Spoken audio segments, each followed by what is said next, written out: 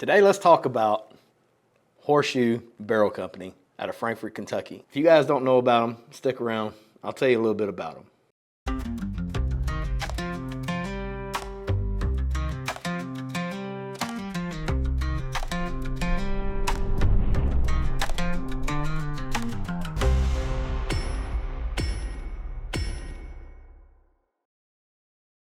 Hey guys, welcome back to Brutally Honest Bourbon. Today I wanted to talk to you a little bit about Horseshoe Barrel Company.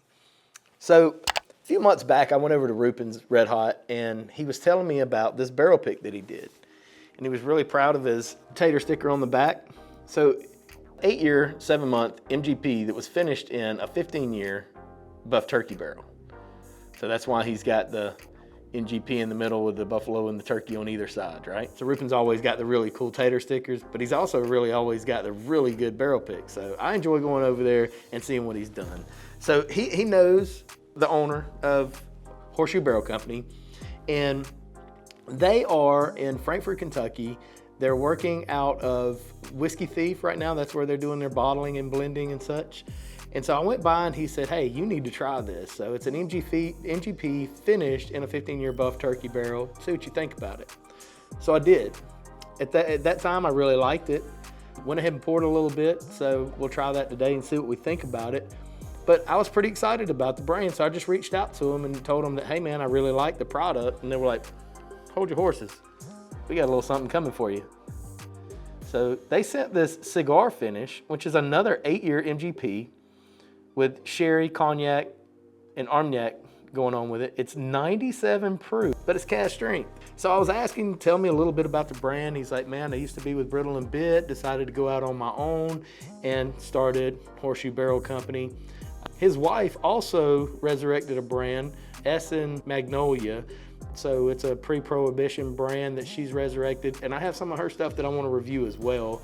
Won't do that today in this video, but we'll get around to it.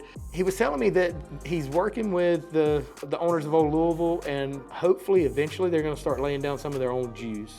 I thought that was pretty cool, and thankful that they sent this over today. That thing is super dark. I can't wait to get into that. But let's just talk a little bit about who Horseshoe Barrel Company is. Horseshoe Barrel Company delivers a premium American spirit with a rich history that is deeply rooted in Kentucky bourbon heritage. The spirit's unique flavor and aroma are derived from a charred oak barrel used in its production. The tradition of using a charred oak barrel in whiskey making dates back to the early days of Kentucky bourbon industry, where it was discovered that charring process imparted a distinctive flavor and color to the whiskey. The use of charred oak barrels has since become a hallmark of American whiskey making and is now a regulated process by law. Horseshoe Barrel Company pays homage to this time-honored tradition by using and finishing in the finest oak barrels to bring out the spirit's full potential. With its smooth, bold flavor and distinct smokiness, Horseshoe Barrel Company stands out as a testament to the rich heritage of American whiskey production.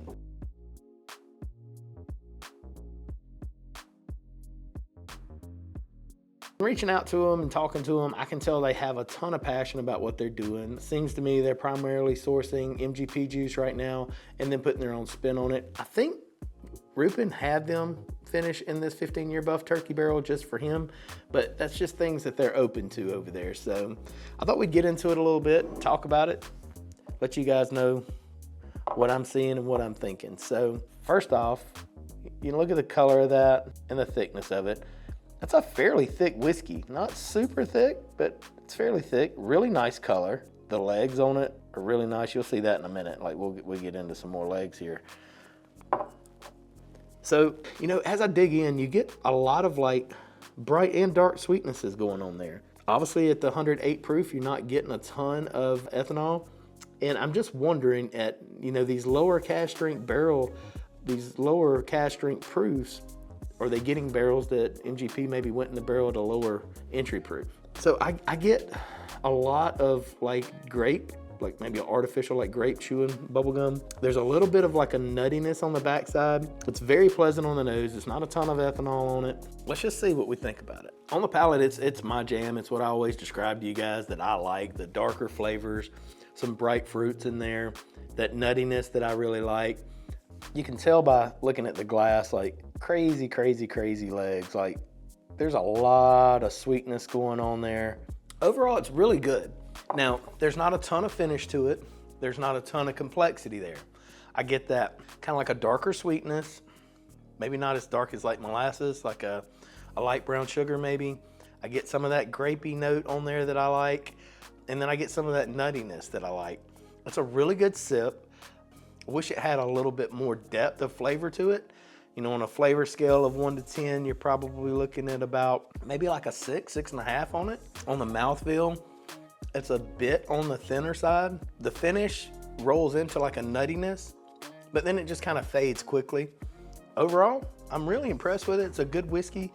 I don't remember the price point of this one. I'd have to ask Rupin, but as far as I can remember, these are very affordable. Obviously sub-$100 bottles, I'm pretty sure. All right, so let's get into this cigar batch. So 97 proof cask strength. I mean, Michter's goes in the barrel pretty low proof. They come out what? Michter's barrel strength rise 108, 109. So not super crazy, but maybe a little low, lower than I've ever had a cask strength at.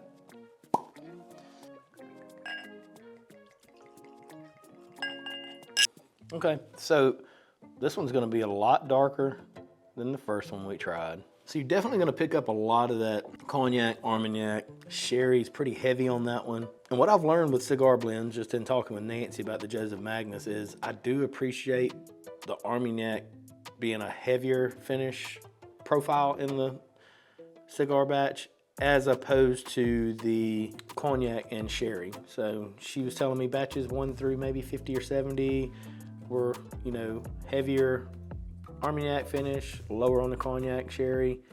In between there and about 200, it was right the opposite.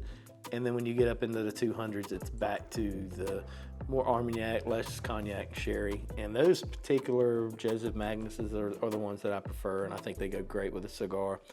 Obviously, I'm gonna need to put this with a cigar eventually, right? So obviously not very ethanol forward, picking up like darker fruit. So you're gonna be getting like some raisins and dates. There's gonna be some like maybe walnut kind of like vibes on there for the nuttiness, and maybe a hint of like some bacon spice. So on the palate, it's got some complexity going on. There again, back to what we were talking about with the flavors that I'm picking up, I really like. This one's gonna have a lot more of that like darker chocolate on it, those stone fruits, like darker stone fruits, like the dates and the raisins, maybe like a chocolate covered raisin. It's not it's, you know, on a 1 to 10 flavor profile, we're back to that 5.8, 6.5.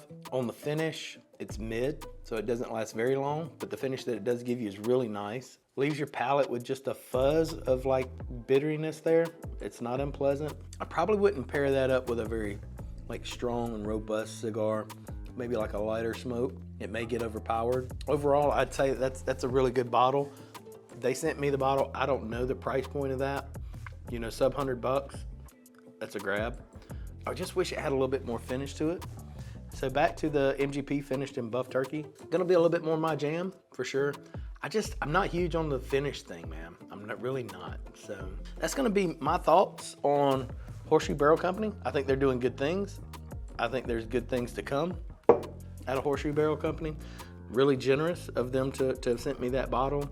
And it is a bottle that will be enjoyed by me and whoever comes by to have a sip. I wanna share that with them. And looking forward to the day that they've distilled their own product and laid that down, and we can see that in a few years. So guys, if you haven't looked over at Patreon, I would appreciate you looking over there and checking that out. I'm very thankful for everyone in the Patreon. If you haven't looked at brutallyhonest1.com, that's our website. So we've got a website that has several options for bottles. Their shipping prices over there are gonna be 18, 19 bucks. And that's gonna cover you up to 12 bottles. So I would, you know, always make the most of that. They ship to all but 2 states. So that's really good too. We've got a barrel pick over there of Silver Springs right now. That would be our specific single barrel pick. We also did a Silver Springs with Atlanta Beverage where we blended 2 barrels. That was my pick with Atlanta Beverage. We blended those, that sold out. And we had a J.W. Kelly hierarchy ownership of Silver Springs. So J.W. Kelly owns Silver Springs, 2 brands that were brought back by Ed Cole over in Chattanooga. We sold out of the J.W. Kelly Double Oak, absolutely fantastic bottle. But y'all look over there, man. We've got Brian's Bottle to Bond glasses there. We've got my glasses, hats, these shirts are there. We've got the wax cutters online. Obviously, like I said, we've got the bottles. Like if you guys are looking for like that Kitsap Still Austin pick that they did, ended up blending 6 barrels, I think, ended up with a ton of bottles. That's a really good whiskey. It's a really good price on it. It's the first ever Still Austin blend, cask strength single barrel that Nancy helped them blend. So y'all look over there and check that out. Tons of other bottles over there available.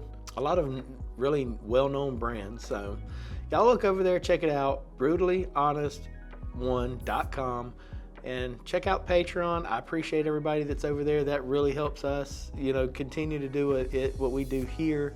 So check it out. If you'd like to support us, we'd love to have you over there. And until the next time, y'all let the whiskey and friendships flow. Cheers. It hits the palate just right with flavor. Just wish that it lasted a little longer. All about the finish. Cheers.